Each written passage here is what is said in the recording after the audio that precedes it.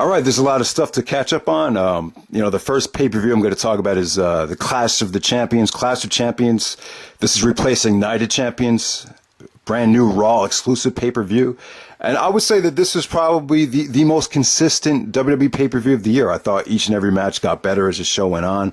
I didn't think anything on the show was at the 4-star level. I didn't think anything was must-see or a match of the year candidate. But I'll tell you, each and every match just got better and better. Just a really consistent pay-per-view. Consistent was definitely the theme of the night here. The New Day versus Gallows and Anderson. New Day's been champions for such a long time now. And, this is a nice, short, enjoyable opener. Really didn't have a problem with this at all. Gallows and Anderson came out aggressive. They definitely had the upper hand, but the New Day actually ends up getting the victory here. Just a really, really enjoyable opener right there. TJ Perkins and Brian Kendrick for the Cruiserweight Championship. This was tough. I thought this was a good match. It was good for the first time that they were on a WWE pay-per-view. I expected sort of a disconnect here. Obviously, they're wrestling in front of a different fan base. There's the WWE universe. I'm talking about the main WWE shows. They're not used to seeing cruiserweights wrestle. I kind of got the impression that a lot of the people in the crowd didn't watch the Cruiserweight Classic. But, I thought the match was solid. It wasn't anything spectacular. TJ Perkins pulled off a beautiful Hurricanrana from inside the ring, and he flipped Kendrick on to the ring apron onto the outside. That was an incredible spot. Just very fluid match. Just solid work from both of these guys, but nothing on the level of some of the best matches from the Cruiserweight Classic. However, though, great performance from Brian Kendrick as far as his heel work goes. He's definitely morphed into a different character now. If you see where he was at the beginning of his career when he was the babyface that was annoying, to right now, he kind of has that Leonardo DiCaprio from The Revenant, that type of look to him. Really roughneck, really aggressive, really trying to get his career back on track. Really has that sense of urgency. And you could just tell he appreciates the opportunity a lot more now than he did in the past. So definitely he got defeated by Perkins. He shook his hand at the end of the match, but then he pulled the Jericho from WrestleMania 19 and gave him a cheap shot. So definitely this opens the door for Brian to do some great heel work down the road, and it seems like he's got a great contract, and they're going to. It seems like the WWE is going to invest a lot more in him than some of the other guys from the Classic, but we'll talk about that later. Cesaro and Sheamus, the best of 7 series. Awesome match here. This is definitely from what I've seen, I thought this was definitely the best match from the series. The series as a whole, I didn't think it was great. I find it very predictable. I don't think Sheamus is the type of guy you want to put in a best of 7 series, especially when you've got to try to make each and every match different. I still find I'm still noticing a huge disconnect with Sheamus. Fans hated the ending here, even though the match was fucking going incredible. It was really going great. Both guys were it just felt like a war. It just felt like both guys were giving it everything they had. It ended in a no contest, both guys landing on their head. The referees came out, they stopped the match.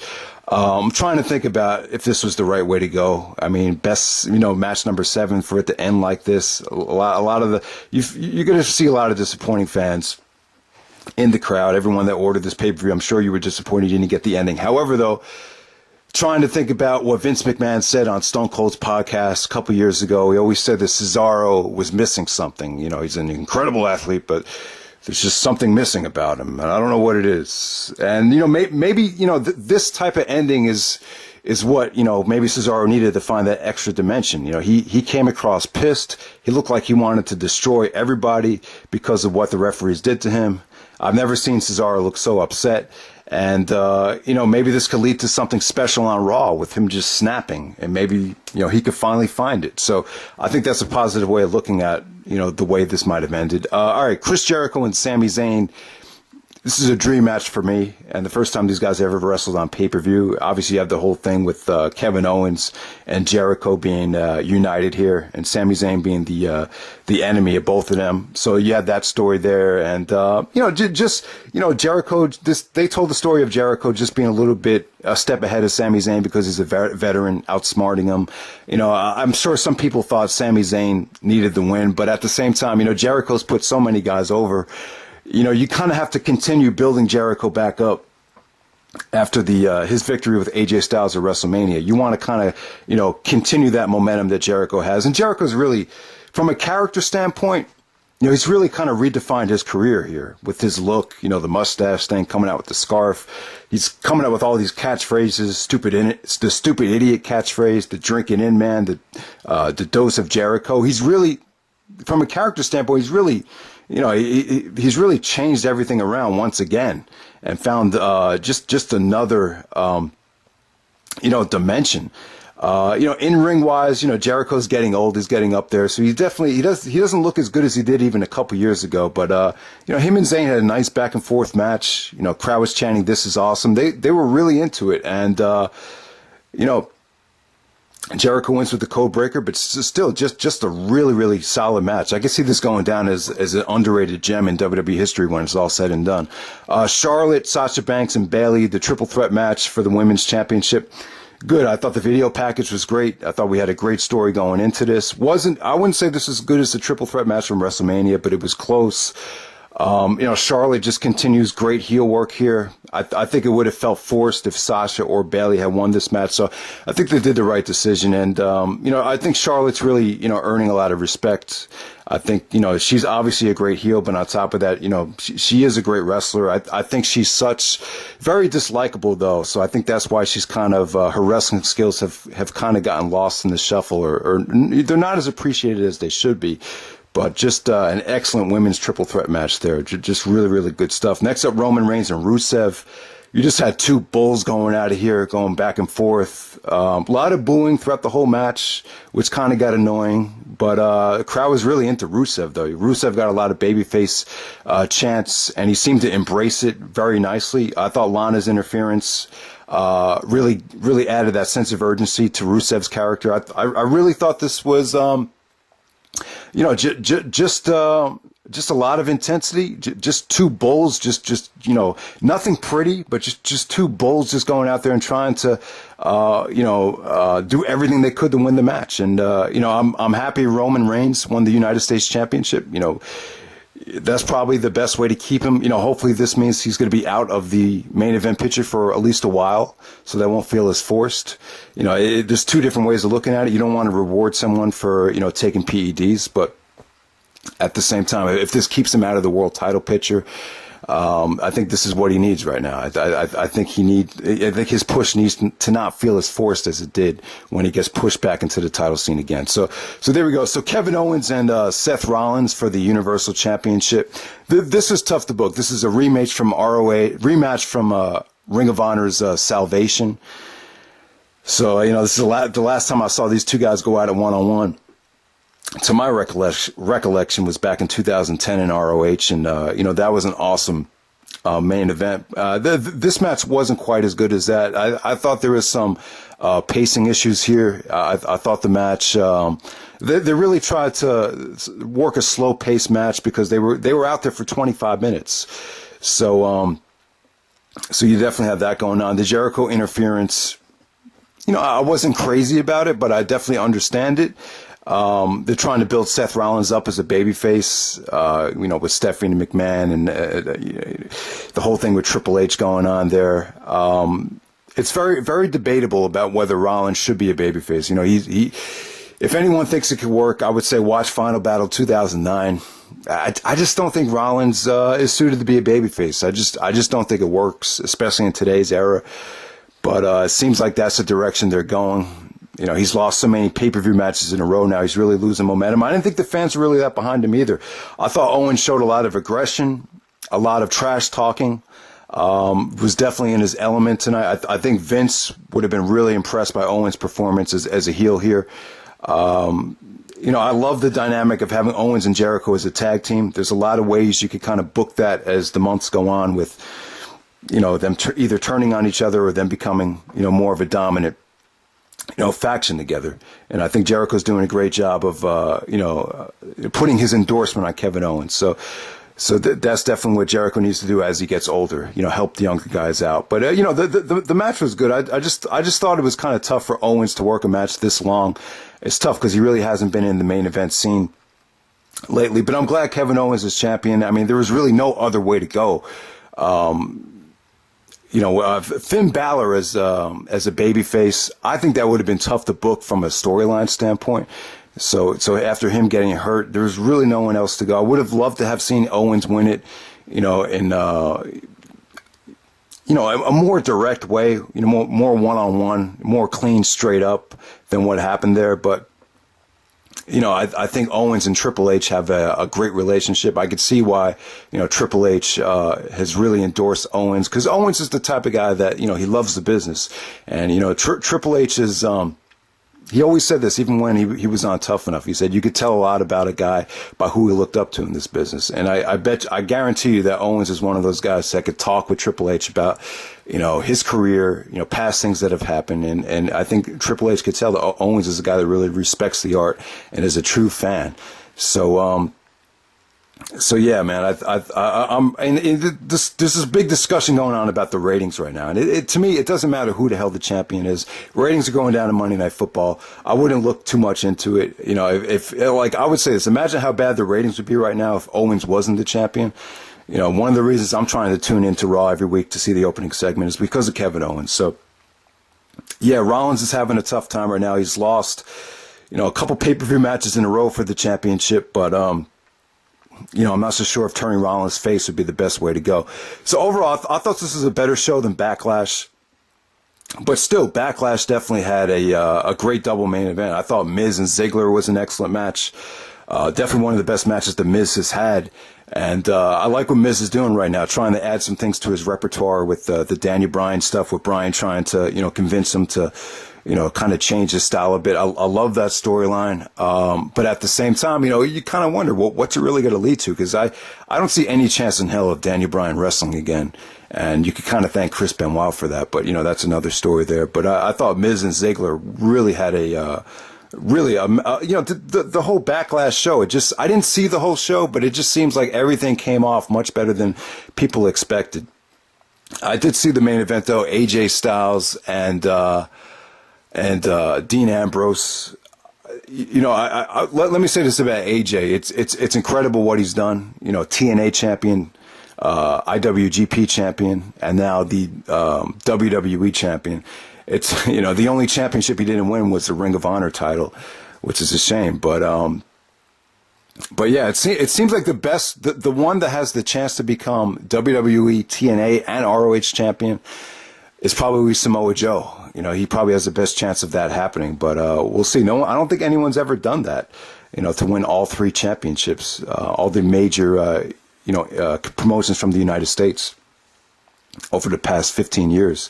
But yeah, the story of the match wasn't really about AJ winning. AJ won it in kind of this is probably the cleanest victory I've seen a heel win a championship in a long time. AJ kind of, threw Ambrose into the ref, and then he hit him with the Styles Clash to get the victory. It was, it wasn't exactly clean, but that's kind of the cleanest you'll see a heel win the title. But I thought AJ and Ambrose had a really awesome match. They kind of had a tough time keeping the crowd into it, because once again, it went very, very long. But it just had moments of greatness. Great heel work from AJ on Dean Ambrose's neck and his legs with the calf crusher. Great strikes from AJ. Just some wicked bumps that AJ took from Ambrose. I thought they had one of the best pay-per-view main events of the year from Backlash. But the story was more about Ambrose. You kind of have to ask yourself, can these podcasts kind of hurt someone's momentum? And with the Ambrose thing, I think you can. And it's funny. I thought the Ambrose podcast was actually good. I really thought some of it was interesting. A lot of the stuff that he said about Brock, I thought was interesting. When Ambrose was talking about how he cuts a promo, how it can't be written, how he kind of takes a couple ideas and kind of, cuts these promos off the top of his head. I thought of it, some of it was really, really good stuff. But there was just some awkward moments where Ambrose was just kind of, I don't know. He just seemed like he wasn't there. It was kind of, I felt like I was watching someone that had like an internet connection, like he was connected at 1 minute and then he wasn't connected the next minute. And you could tell Austin just got really frustrated with some of his answers. But, it was interesting, but it was awkward, that podcast. And, I don't know. Ambrose, to me, John Moxley, I've never been crazy about him. I've always thought he was an interesting character. You want to compare him to the Joker or, someone like Brian Pillman, definitely has a outrageous personality, but I never envisioned him as being the man. I never envisioned as being this baby face that was going to carry the company. And he's definitely overachieved so far. So he has nothing to be proud of. He can be proud of himself. He was WWE champion for 3 months. That's not bad. But and he definitely has a bright future. And imagine how great the guy's going to be once he turns heel. He's definitely a natural heel. Anyone from the Shield, I figured this guy was going to end up staying the heel. But yeah. So let's just move on. So Backlash, once again, Backlash and this Raw, the first 2 brand-only pay-per-views were really good. I would say that the worst 2 pay-per-views of the year so far were probably WrestleMania and SummerSlam because of the length and the part-timers.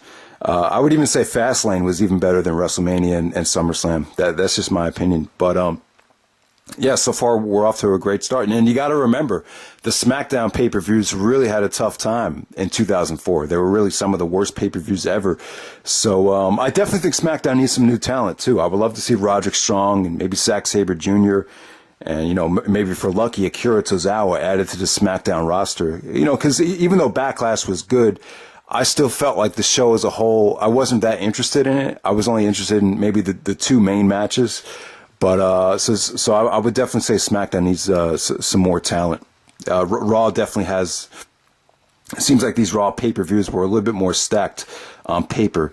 The Cruiserweight Classic, man, it was awesome. I would say that this is one of the best things that WWE has ever done. Like I said before, man, I thought Daniel Bryan's commentary really added a lot to this tournament. I think that's something that Bryan can do if he's not going to wrestle anymore. He just has so much passion and so much knowledge about the business. The commentary was awesome. The different styles, it's amazing that Triple H, a guy like Triple H, put this together in the overall trophy, the presentation, the match quality was insane. The crowds were awesome. I mean, there's really nothing to complain about.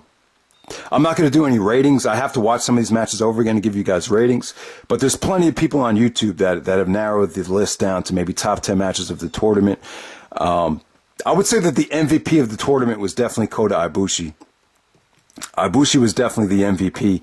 I mean, the match against Cedric Alexander might have been the match of the tournament. The match against Kendrick, probably the best match Brian Kendrick has ever had.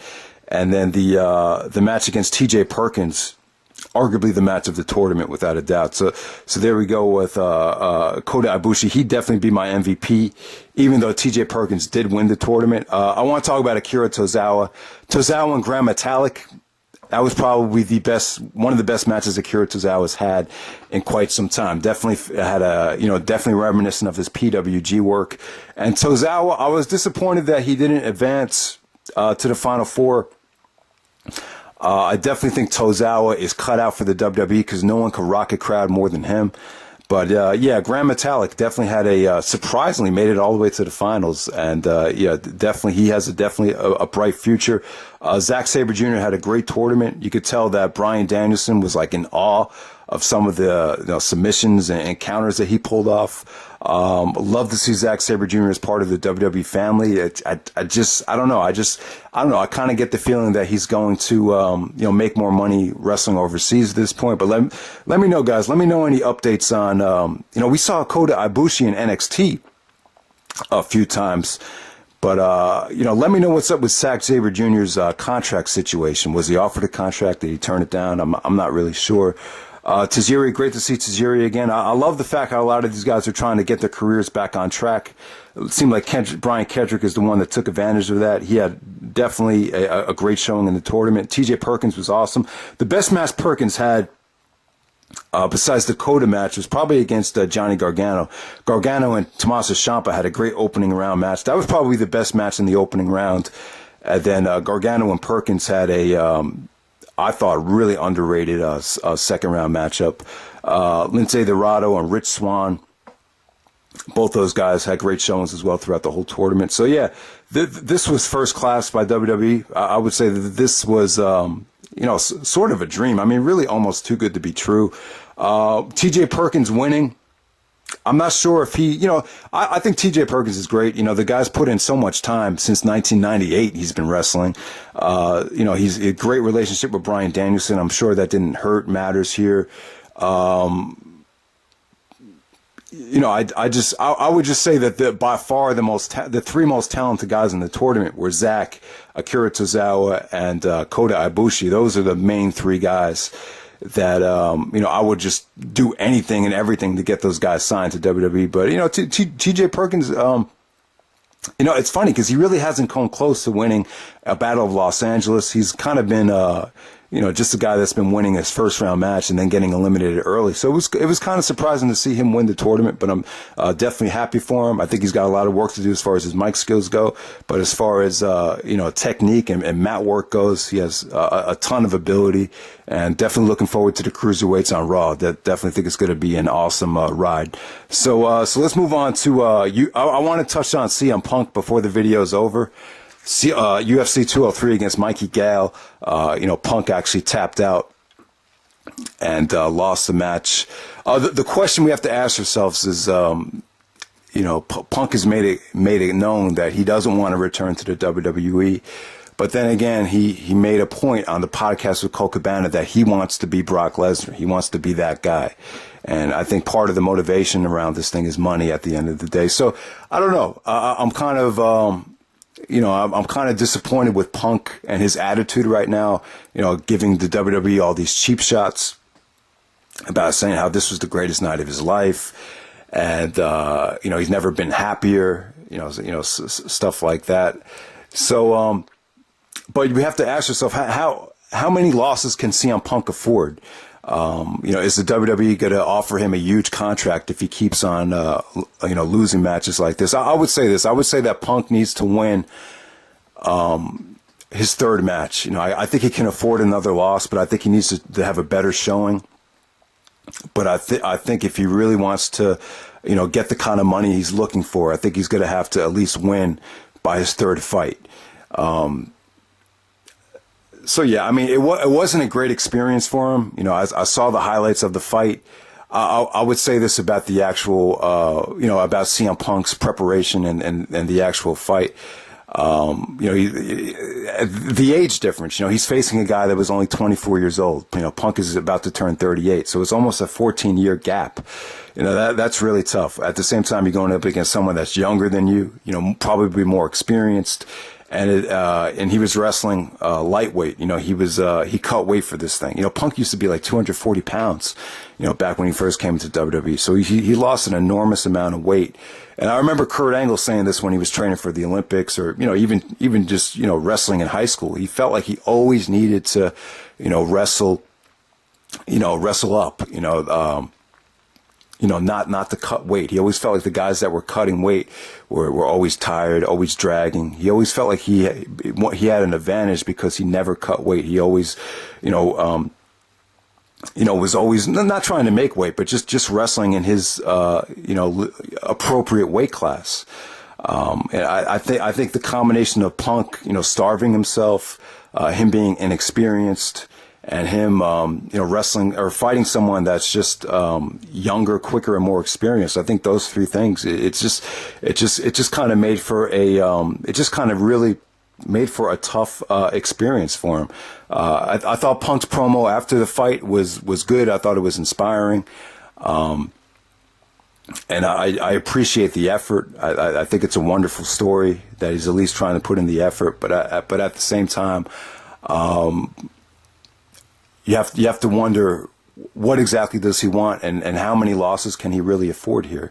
I don't think he's going to get the kind of money he wants if he's going to lose consistently in this fashion. So we'll see what happens. Maybe the answer is just to wrestle, and then or just to fight in the next weight class, just to maybe put on some weight for the next fight, so he doesn't have to starve himself. Because he looked like he just looked like the dude just looked like he hadn't been eating. I mean, I've never seen him look that skinny before. So that's pretty much it, guys. Wanted to touch on Brock Lesnar before the video ends. He had his rematch with Randy Orton at a house show. One of the things I was upset about Lesnar with, and when I found out about what went on at WrestleMania, how he told Ambrose he didn't want to do a lot of the spots because he wanted to conserve, his health for the UFC fight. That kind of put a bad taste in my mouth. The whole PED thing and the whole SummerSlam finish. I thought Orton and Lesnar was somewhat disappointing. I thought they probably could have had a much better match. And it's a shame that rematch is not going to be on pay-per-view because I think both guys are capable of doing a lot more. And I think Orton's definitely rejuvenated, as a lot of people are saying. But I don't know. I'm at the point right now where if Brock pulls something like this again, where the WWE match takes a backseat to his training for another fight, then I'm at the point right now where I just rather see Brock just leave. They're running out of dream matches. Well, I wouldn't say they're running out of dream matches. I mean, I just don't know what they're going to do with Joe. I think Brock Lesnar, Samoa Joe, Brock Lesnar, AJ Styles, even having Brock go up against someone like, up against an underdog like a Zack Sabre Jr. or Akira Tozawa, I think those could tell great stories. So I definitely think there are possibilities out there, but at the same time, WWE has to, get these guys established first. And I just don't know how many big names you could put up against Lesnar. So the fact that he's going to main event, WrestleMania or SummerSlam and these attraction matches, I think is kind of running his course. And I can't believe it's already been 5 SummerSlams in a row where he's main evented since 2012. So that's just a little gripe I have with Lesnar.